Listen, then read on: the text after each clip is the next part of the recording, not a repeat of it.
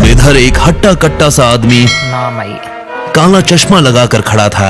उसकी आंखों पर चश्मा, गले में सोने की मोटी चेन। अभी अभी खबर मिली है कि टाइगर लौट आया है। आप पे हैं तो अभी नहीं, अभी अभी तो आया है, थोड़ा उछलने कूदने दो। पर हाँ, इस बार पिंजरे में डालने की गलती मत करना।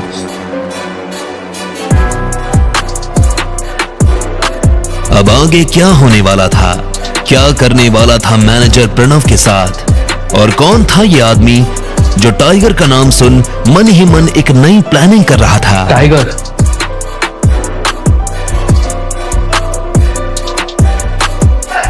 मैनेजर को जब पता चला कि प्रणव ने अभिनव के साथ क्या किया था तो उसका दिमाग गर्म हो गया।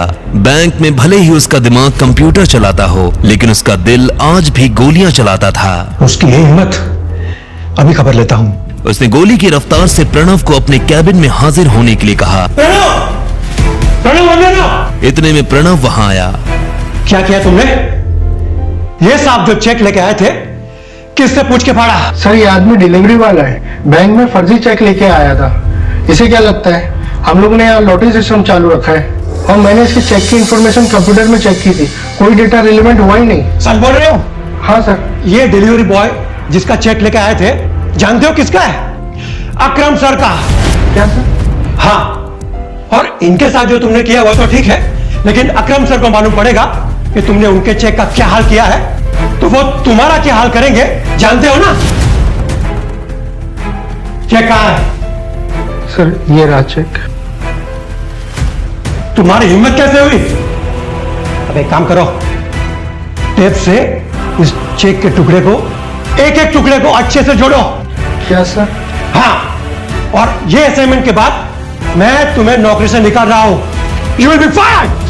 सर, लेकिन मैंने क्या किया है? नौकरी से निकाल दूंगा ये तो सुन लिया, लेकिन उससे पहले जो मैंने कहा वो सुनाई नहीं दिया।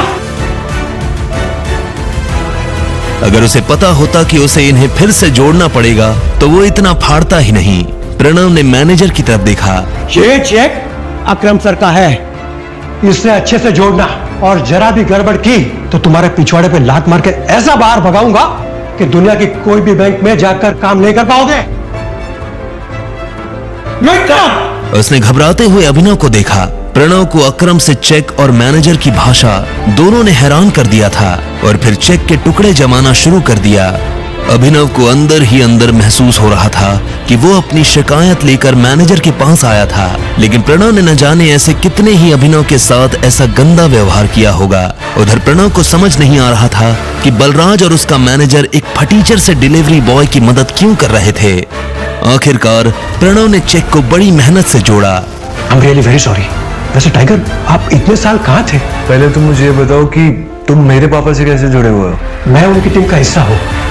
सुनो, टाइगर वापस तो आ गया, लेकिन मोंटी के आने तक किसी को भनक भी नहीं लगनी चाहिए, वरना गेम हो जाएगा। बलराज सर सही कह रहे हैं। हम शेरों के बीच एक भेड़िया घुस आया है, जो आपकी हमारी सारी खबर हमारे दुश्मनों को देने वाला है, इसलिए संभल के रहना होगा टाइगर। भेड़िया मतलब जासूस?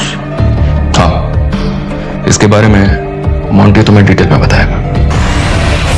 तब तक तुम गुफा से बाहर आना नहीं, और आओ तो अंधेरे में। इस बीच हमें तुम्हारे पापा यानी हमारे संजय के कातिल के बारे में हमें पता लगा, और साथ ही ये भेड़िया। अभिनव के मन में इन दोनों चीजों से जुड़ा बस एक ही नाम आया, मोंटी। जिस तरह से राणा ने संजय को धोखा दिया था, अभिनव को पूरा भरोसा था कि मोंटी भी अपने बाप के नक्शे कदम पर ही चलेगा। उसे इन लोगों पर तरस आ रहा था जो राणा को अपना सगा मानते थे। इस ग्रुप में और कौन कौन लोग हैं जिससे मिलना भी बाकी है? मुझसे और अकरम से तो तुम मिल चुके हो, डीके तुम्हारे सामने का, इक्का, पार्कर, अलाइन, ये 3 बाकी हैं। अलायना मतलब हमारे ग्रुप में कोई लड़की भी है? हाँ, इससे पहले उसकी माँ इस पोजीशन पर थी। 1 साल पहले उसकी डेथ हुई तो अलायना उसकी जगह पर है। वो लड़की नहीं है, आग है, चलता फिरता अंगारा है, आंधी है। मैंने अपनी जिंदगी में अलाइना जैसी लड़की कहीं नहीं देखी। शक्ल, अक्ल और तेवर तीनों है उसमें। मैं कुछ समझा नहीं। जिद्दी है। उसकी जिद के आगे मुझे अपनी जिद भी कम लगती है। कहने को तो हमारे ग्रुप में बस वो एक लड़की है, लेकिन उसे पढ़ पाना हम में से किसी मर्द के बस की बात नहीं है। ये सुनते ही अभिनव समझ गया था कि बलराज का इशारा किस तरफ है।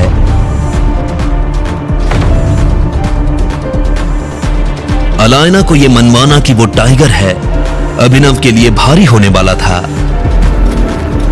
फिर भी अभिनव को यह चैलेंज लेने में मजा आ रहा था।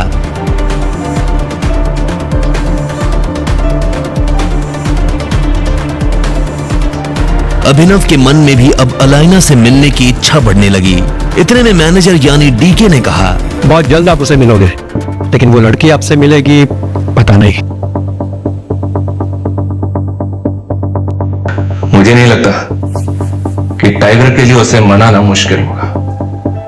जैसा मैंने सोचा था वैसा लड़का नहीं है ये। बलराज की ये बात सुन डीके के कान खड़े हो गए। बलराज सर, लगता है टाइगर ने आपको रिंग में पक्का है क्या? ये सुनते ही बलराज जोर से हंसा और उसने हाँ में सिर हिला दिया। उसे देख डीके भी जोर जोर से हंसने लगा।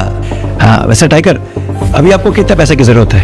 मैं दे देता हूँ। बाद में अकरम सर के ऑफिस से मैं चेक रीइश्यू करवा लूंगा। फिलहाल तो मुझे 1 करोड़ रुपए चाहिए और बाकी के 49 करोड़ मेरे नए अकाउंट में डलवा देना। ठीक है, मैं करवा देता। ये सुन डीके उसके लिए पैसे लेने चला गया। बलराज, ये अलायना जो भी लड़की है, इसके बारे में और क्या जानते हो तुम?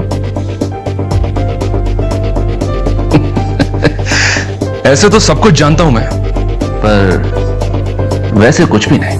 नहीं, मेरा मतलब बलराज, तुम्हें पता है मेरा क्या मतलब है? हाँ, मैं जानता हूं तुम्हारा मतलब। बस उसे अपनी तरफ से चिढ़ने का या गुस्सा होने का मौका मत देना, और ना ही उसके पीछे कुत्ते की तरह जी बनाना। और जोक तो बिल्कुल भी मत मारना। जोक मारने वालों को जान से मार देती है वो।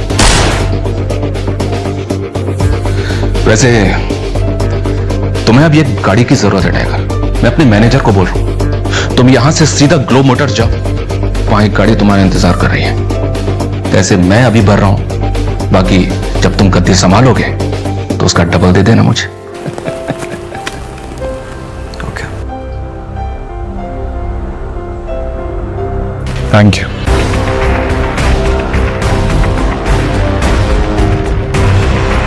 उसने बैंक से पैसे लिए। जल्दबाजी में वो बलराज से ये पूछना भूल गया था कि बलराज ने उसके लिए कौन सी गाड़ी बुक की थी।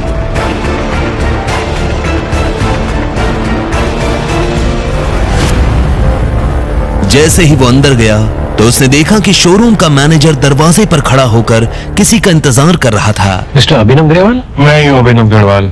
है साहब, आइए प्लीज, चलिए। कुछ देर बाद अभिनव एक गैराज में आ गया था। मैनेजर उसे उसकी गाड़ी के पास लेकर आया। सही है गाड़ी, मैं पेपर्स रेडी करवाता हूँ, तब तक गाड़ी देख लीजिए। वो एक बहुत ही महंगी सी गाड़ी थी। बलराज ने जानबूझकर उसे पुराना करवाया था ताकि कोई भी अभिनव पर उसकी गाड़ी की वजह से शक न करे। पर जब अभिनव ने गाड़ी के अंदर देखा तो उसे बहुत अच्छा महसूस हुआ।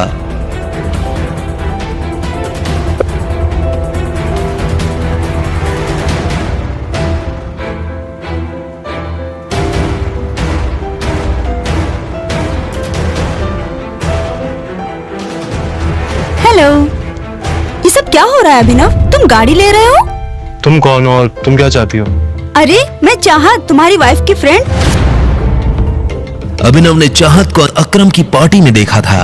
हालांकि अभिनव ने वहां उससे कोई बात नहीं की थी, लेकिन वो पार्टी में लगातार अभिनव को ही देखे जा रही थी। उसे पूरा शक था कि अभिनव दुनिया को जो दिखा रहा था असल में वो वैसा नहीं था। और ये सवाल मुझे तो तुमसे करना चाहिए, तुम यहाँ गाड़ी खरीदने कैसे आ सकते हो? अनन्या ने मुझे तो बताया कि तुम गरीब हो। हाँ, मैं गरीब ही हूँ, बस वो अपने बॉस के लिए ले रहा था। चाहत ने उसे कुछ पल के लिए देखा और बोली, पक्का झूठ तो नहीं बोल रहे हो? मैं तुमसे झूठ क्यों बोलूंगा? पता नहीं, एक काम करती हूँ, मैं अनन्या को भी यहीं बुला लेती हूँ। दूर से ही सही, जब तुम्हें वो गाड़ी में देखेगी तो खुश हो जाएगी। नहीं नहीं, उसे यहाँ बुलाने की क्या जरूरत है? उसे क्यों परेशान करना है? तुम बताओ, मैं तुम्हारे लिए कुछ कर सकता हूँ क्या? तुम मुझे ट्रीट दे सकते हो। क्या तुम मुझे ट्रीट पे नहीं लेके चलोगे? देखो, मैं तुम्हारी बीवी की दोस्त हूँ और मुझे नहीं लगता कि तुम्हें मुझे मना करना चाहिए। इससे पहले कि अभिनव उसकी बात का कोई जवाब दे पाता, चाहत ने गाड़ी का दरवाजा खोला और वो पैसेंजर सीट पर जाकर बैठ गई। ठीक इसी वक्त मैनेजर डॉक्यूमेंट्स लेकर आया और उसने डॉक्यूमेंट्स अभिनव को दे दिए। अभिनव भी ड्राइविंग सीट पर बैठ गया। उसे पता था कि चाहत खुद एक रईस परिवार से आती थी, ऐसे में वो उसे अकरम के एक होटल में ले जाने वाला था। चाहत पूरे रास्ते रह रहकर अभिनव को देख रही थी। अभिनव को समझ नहीं आ रहा था कि वो उससे चाहती क्या है। अभिनव की गाड़ी अकरम के होटल के नीचे पार्क हुई। बिजनेस में अकरम किसी की नहीं सुनता, समझे? ठीक है, मैं बाद में कॉल करता हूं। टाइगर, अभिनव का फोन बज उठा। उसने देखा अकरम का फोन था। अकरम, हेलो टाइगर, क्या हुआ? मैंने तुम्हारी गाड़ी अपने ऑफिस के नीचे आते हुए देखी। सब ठीक तो है? All okay? हाँ, वो एक्चुअली मैं होटल में किसी के साथ लंच के लिए आया था। हाँ, वो मैंने देखा। तुम एक काम करो, सबसे पहले तुम ऊपर मेरे ऑफिस में आओ, मैं तुम्हें अपना वीआईपी कार्ड देता हूँ। तुम दोनों को वीआईपी ट्रीटमेंट मिलेगा।